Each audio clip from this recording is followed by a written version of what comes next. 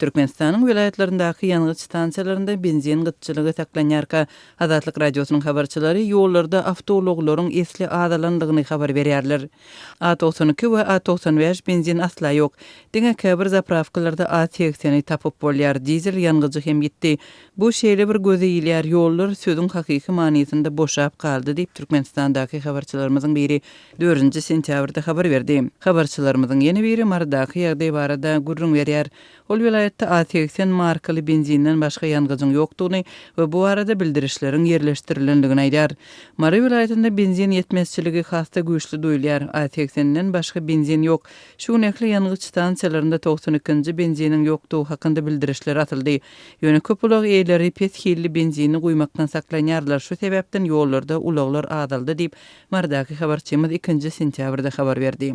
Azatlyň Türkmenistandaky söhbetdeşleri pethili ýangýjyň awtologlary zaýlaýanlygyny aýdýarlar we köpçülükde ulag bejermek üçin maddi mümkinçiligiň ýokdugyny şu sebäpden öz awtologlaryny ulanmakdan saklanýanlygyny belleýärler. Awtolog Türkmenistanlaryň ençemesi üçin ýeketäk girdiği serişdesi bolup durýar.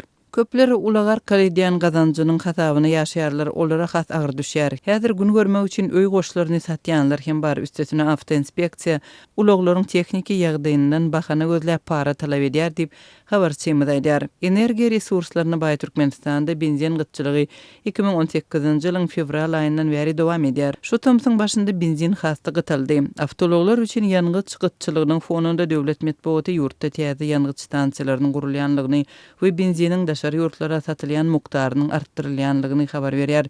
20 awgustda çap bolan resmi maglumatlara görä Liwap vilayetinde günde 500 ulaga hyzmat etmek üçin niýetlenen 2 tane täze deshanyň düýbi tutulup durularyň biri Türkmenawat gazy oljak, ikincisi Hekimov adyndaky daýhan birleşiginde ýerleşer. 31 awgustda Türkmenistanda öndürilen benziniň Şwetsariýanyň we Awganistanyň telekeçileri tarapyndan satyn alınanlygy habar berildi, emma eksport edilen türkmen ýangýjynyň muktary tahkikleşdirilmady.